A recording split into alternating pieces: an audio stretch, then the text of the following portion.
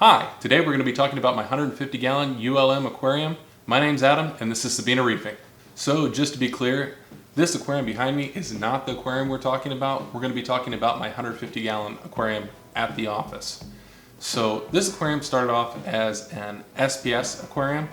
So I had BRS dosing pumps, a reef keeper, protein skimmer, I used filter socks, and it was a semi-successful aquarium. And no, in that setup, it was not a ULM aquarium. As a matter of fact, it was probably the furthest you could get from being a ULM aquarium. Obviously, it took daily alkalinity tests to try and keep up with the SPS. It required every other day emptying the protein skimmer. It was a handful, but it did do what it was designed to do, and it was successful by some means. It grew SPS, and then something happened. I got married and bought a house and moved out of the apartment. So it got neglected. I moved 25 miles away from the aquarium. So this meant that if I wanted to do maintenance on my aquarium, it meant a half hour to 45-minute drive on Saturday morning, then to do an hour or two of maintenance, and then a half hour, 45 minutes drive back home just to work on my aquarium, not to get anything else done in my life. And I had a new house and a wife, and that just wasn't a successful layout for having an aquarium. The tank quickly turned into a fish only with live rock, and I pulled the dosing pumps out, I pulled the protein skimmer out, because if you're not emptying the cup, it doesn't really matter what you're doing. The filter socks were the first thing to go because they just made a mess most of the time. Probably the last time I'll ever run filter socks. It was not that they don't do the job they're supposed to do, but if the sump was poorly laid out, which in this case I did lay it out incorrectly for filter socks, it actually flooded the aquarium more often than it did what its job was supposed to be. So it turned into quite an ugly tank. When you remove all the filtration and then you do less maintenance on it, the tank doesn't look so good. So it grew quite a bit of algae, and the reason I'm telling you this is so that you can keep hope and keep working on it, because I was actually able to get this aquarium back from an algae-filled aquarium back to something that I would be able and happy to show somebody. It did take a lot of work to get it out of that state though. To get it back from an algae-filled mess took me about 6 to 7 months, which makes sense because it took me about 6 to 7 months to get it so ugly. I ended up adding carbon, GFO, and I never did do the protein skimmer again, but I did do water changes twice a week almost. I would take and I'd scrub the rocks, and then I'd suck as much of the algae out and dump it outside as I could, and then come back in a couple days and do the same thing. This got another big, huge hint for getting rid of algae in a tank. Don't forget about sea urchins. They are the most voracious herbivores I've ever had in an aquarium. If I ever have an algae problem, I would totally get one. And if you don't like xenia, again, another great herbivore. So once I got the algae pretty much out of the aquarium, I started planting. I guess that is really what we do. We plant corals.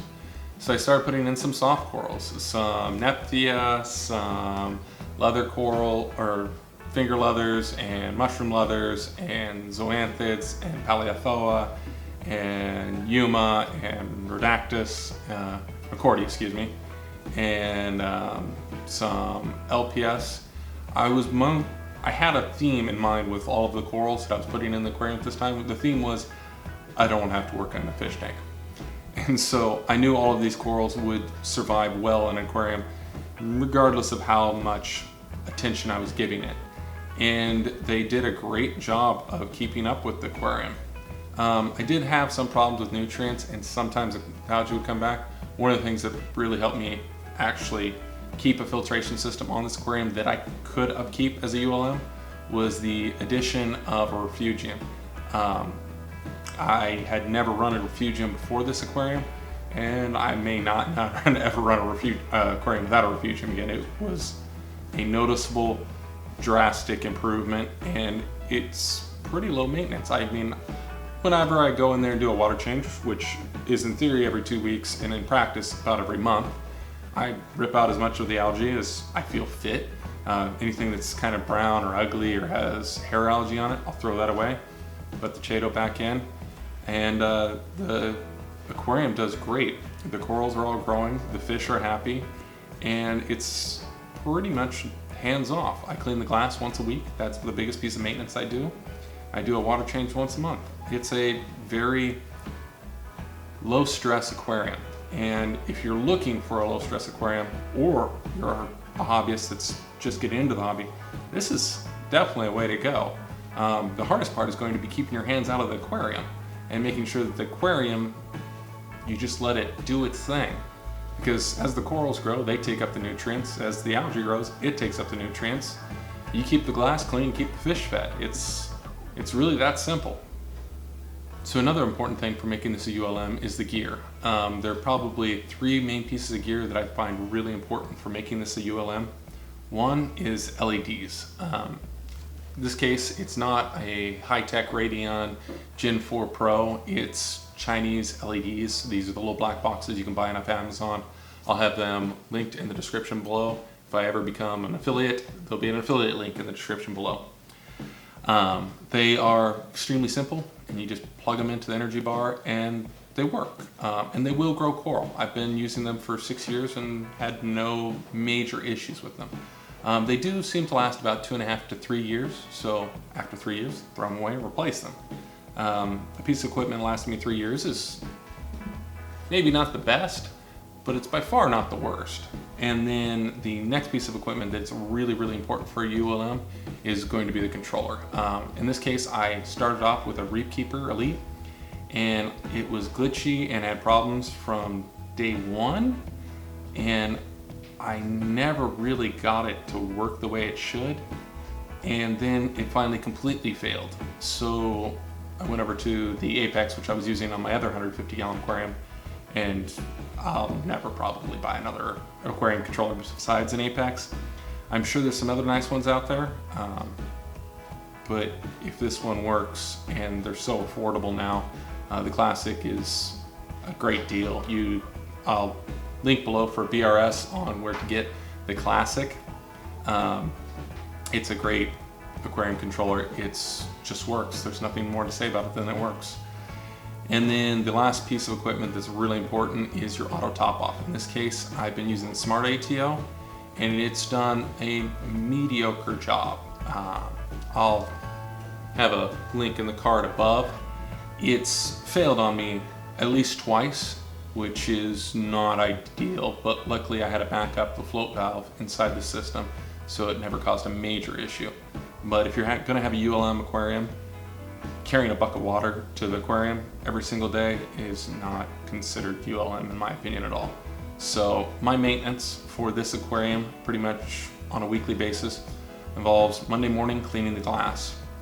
I actually have the front office feed the fish, so I often am not in the office to feed the fish for each of the 5 days that the office is open. And then I about every 2 weeks do a water change. Sometimes that turns into 3 or 4 weeks, but I try and do it every 2 weeks. I look in the refugium, see if there's too much algae and I need to pull some out when I'm doing the water change, which takes no more time than just doing a water change. And probably the biggest maintenance is replacing the RODI filters, the cartridges, because I go through DI resin about once a month. But mind you, that's doing 25-gallon water changes each time on the 150-gallon aquarium, and it's also topping off the aquarium each time. So it's going through a decent amount of water. On average, I would imagine it's probably 2 gallons a day in evaporation, so there's 60, and it probably goes through 50 gallons in water changes a month, so there's 110. So I go through a DI cartridge every other month, so about 200 gallons on a DI cartridge. I know a lot of people get a lot better than that.